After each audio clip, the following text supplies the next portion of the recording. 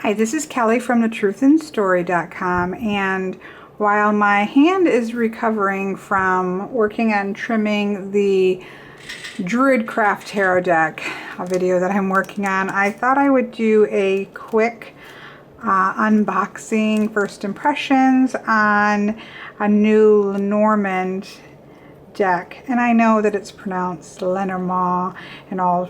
I think the D is silent in the correct way, but from here out in my channel you'll just hear it said Lenormand, so that I just feel silly trying to speak it correctly in a French accent when I am not French or have any French blood in me. Anyways, I ordered this from an eBay seller, and I thought it was really sweet because they included, it says Soaring Eagle New Age Shop, and they included with the order in the packaging a little tarot card to use as a bookmark for something. So I got the 10 of coins or pentacles or denarii. It's all kinds of, makes me feel like it must be a loose Scarabeo deck to have all the different languages there, but I don't know that. So anyways, that was kind of sweet. That's be a nice little bookmark. So the deck is Under the Roses, Lenormand, and it's by Kendra Hertow and Katrina Hill. This is a 39 card deck, so a traditional Lenormand is 36 cards, and so there is, from what I understand, an extra man, woman, and child card with an ethnic, that provides an ethnic choice.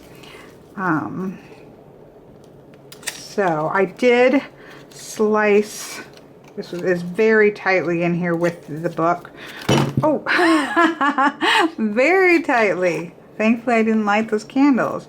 I did slice the plastic, otherwise we would have been here forever.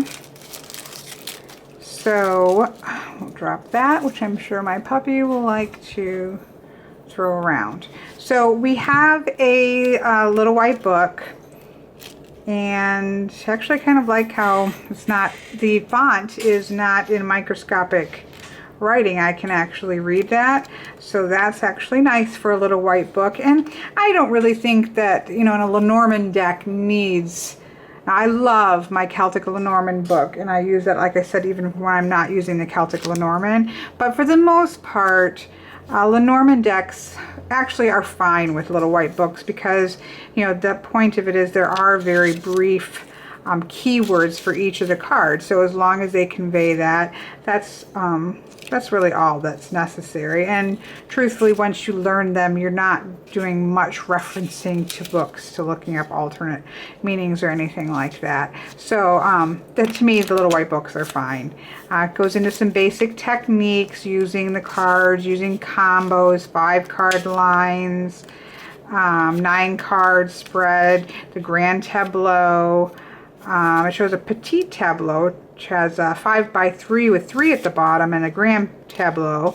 It doesn't show, well, it does show the 9x, I tend to do the 9x4 grand tableau. Not tend to, I always do. I've done it a couple times this way, but I just like the way the corners flow with the grand tableau 9x4. So somewhere read when I had first started doing Lenormand to pick one and just go with it, so I picked this one, and so that's the one I use. So it goes through that, but pretty, you know, it's a little white book.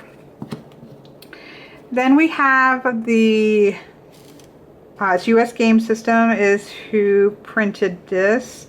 So we have the Under the Roses, and the backs are gorgeous. They're beautiful roses. Obviously it does have the copyright 2014, so this just came out in 2014.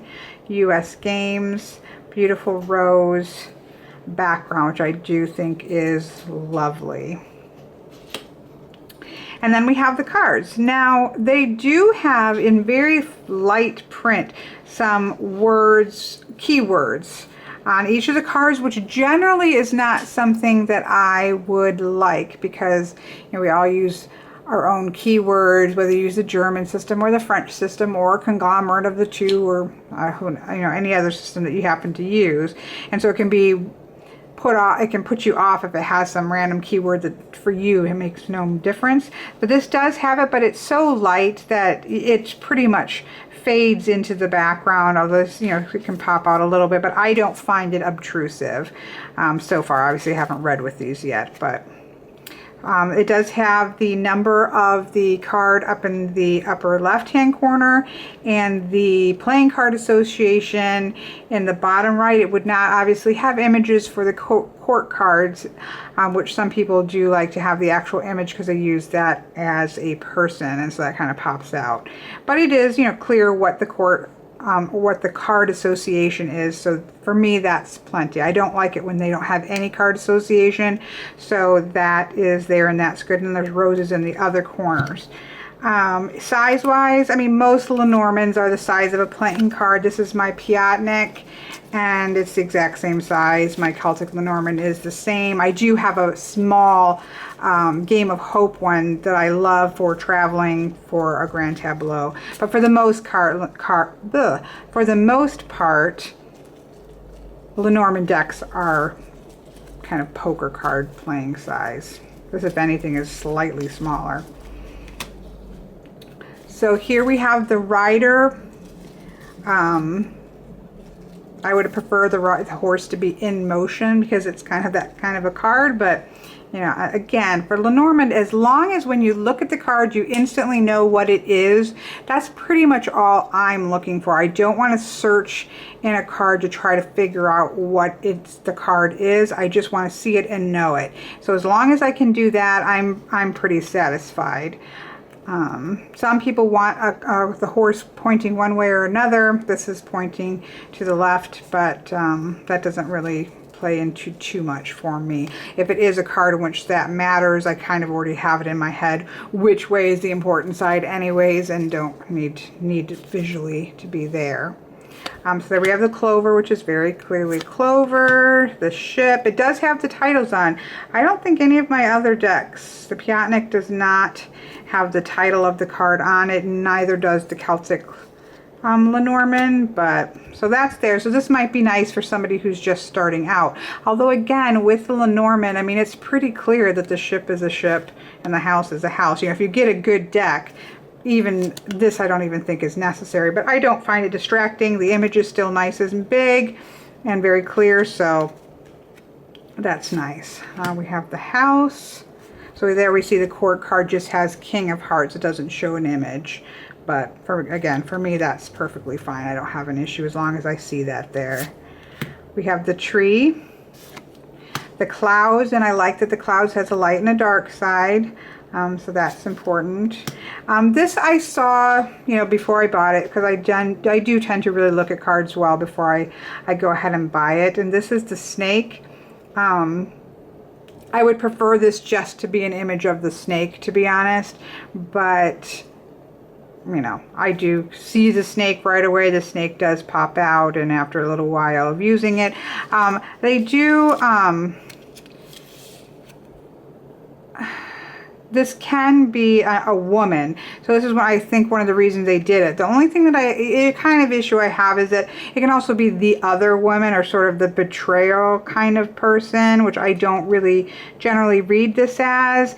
They're using pretty much all keywords of negative keywords, and so then to have a kind of a gypsy person in a card that's supposed to be about a negative thing, I find that to be slightly offensive. Probably more so if I was a gypsy. But I don't always read the snake card as a negative card. So, again, I can use this and it works fine. I see that it's a snake. I don't think that was probably the best choice. There we have the grave instead of the coffin. It still works. I mean, it's pretty much the end of something. The end of something. We have rip there. It's pretty clear what it is, so that's very readable. Again, I don't mind when they change things as long as it makes sense and it works with the deck. Although they could have left a coffin, it wouldn't have changed anything, as where in the Celtic Lenormand they wouldn't use a coffin, so they used a burial mound. That to me makes complete sense because the coffin wouldn't work within the theme of the deck. This could have still been a coffin. But the grave works fine. The bouquet. the sickle instead of the scythe. So we have a sickle here. Again, just one big scythe or one big sickle is good for me. I just want to see it and go, but you know, it works. You can still see what it is. Same sort of cutting thing that a scythe would have. Although some people I know use the blunt end of the scythe and the sharp end of the scythe to mean different things, whereas you kind of lose that. But I think that if you're that far into reading Lenormand, those meanings are already ingrained into your mind anyways, and so there shouldn't really much matter there. Then we have the whip, the second one probably of my least favorite cards. I mean, it's just a cute card. It's got cute red hair and nice little corset going, but I guess I don't particularly use the whip for sexuality. I would use probably the lilies over that. So this doesn't really work with the way that I use the whip or the rod. But again, she's holding a whip. It's pretty obvious what it is, not to mention the names there. I love the owls card. That's fantastic. So here we have the two choices for the child and based on ethnicity. I kind of like her yellow dress there, and she looks a little oddly shaped, but so I'm kind of thinking I'll probably go with this one. So then we have the fox. I like the little bird in the background. Not that it matters in Lenormand, you know, you're seeing the fox. Now I do think the fox looks a little like he's up to something for sure in this one, but he's still red like a lot of people want the fox to remain, so that's good. So that's there. We have the bear. I do like the stars a lot. It's just the stars. We don't have, like, that's the only card, well, that was one of two cards in the Celtic Lenormand I wasn't thrilled with, because you see a man with sort of in the boat, which kind of takes over the image, where it's just, I just want to see the stars. So I really do like that one. The stork, the dog. I like the clock tower instead of the tower, just because it looks pretty cool. Makes me want to start singing from the rooftops of London from Mary Poppins with Feed the Birds. Feed the birds, because of the birds around it. And we have the garden, mountain, and we see roses because the theme is under the roses. There are roses in a lot of the cards as well, but this is very clearly a mountain. The crossroads works very well for pets. Mice. They changed the heart to locket. That's a change I actually do like. But it's still a heart on there, so I don't think that really makes it difficult for anybody to pick up on. The ring, yeah, I mean, really the flower is the central part of this card. So for a Lenormand card, I really think that the object that it is needs to be central. I'll probably say that every time I'm reviewing a deck, a Lenormand deck. I just think that you're really reading these very quickly and with 36 cards all spread out. And so just being able to just look and see what it is really important. So I think the ring should have been more prominent, but it's readable. The journal instead of the book, I kind of like that idea, because a lot of times, you know, the book's about secrets or things. And so, you know, what do you write in your journal? What kind of secret things? And so I do that. That's fine. That works. The letter, very clearly the letter.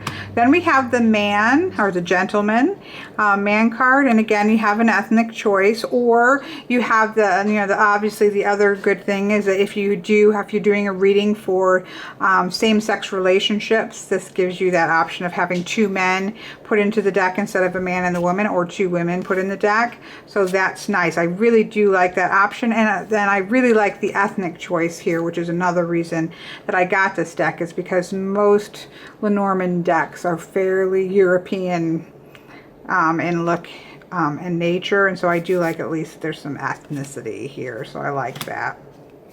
Same thing with the woman. So we've got, or the lady. We've got the lilies, which is beautiful. It's very recognizable as a lily. I prefer white lilies, but that's just preference, and this isn't going to make it difficult for me to read. But I do prefer to have the white lilies. The sun, love this. It's the sun. Very clearly the sun. It's pretty. Same thing with the moon. It's the moon. I really like that. Then we have the key card. I would prefer the key to have been a full key on here. There could be a gorgeous Victorian key. Here we have a lock, we have a doorknob, we have a door, we have a hand. I just really want to focus on the image of the key, but again, these are just minor things. Like, it's very readable. Love the fish being koi. That looks really cool, and I like that there's multiple fish there. The anchor, which is my work card. It's just an anchor. That's what I like. Exactly what I want in Lenormand. And then the cross. That's actually a really pretty cross tree. I don't know if you can see all of the detail. But even without that detail, it's so recognizable as a cross. You have to think twice, but when you do really look at it, it's a beautiful cross. So this is the Under the Roses Lenormand, and I think it's beautiful, and I'm really looking forward to working with it. And it feels great. Obviously, I mean, they're pretty much playing card size, so there's really nothing to be complaining. They have kind of a matte finish to them that feels nice. I like the feel of them, and I think they're going to look really nice in a cross. These obviously aren't shuffled well, or in a 9 card, and definitely in a tableau. Like, there's not the backgrounds all blend nicely together. I think that's going to make a really nice deck to use. So I'm really looking forward to doing a reading with it. So this has been more of a first impressions of the Under the Roses Lenormand by Kendra Hertow and Katrina Hill, and made by US Game Systems.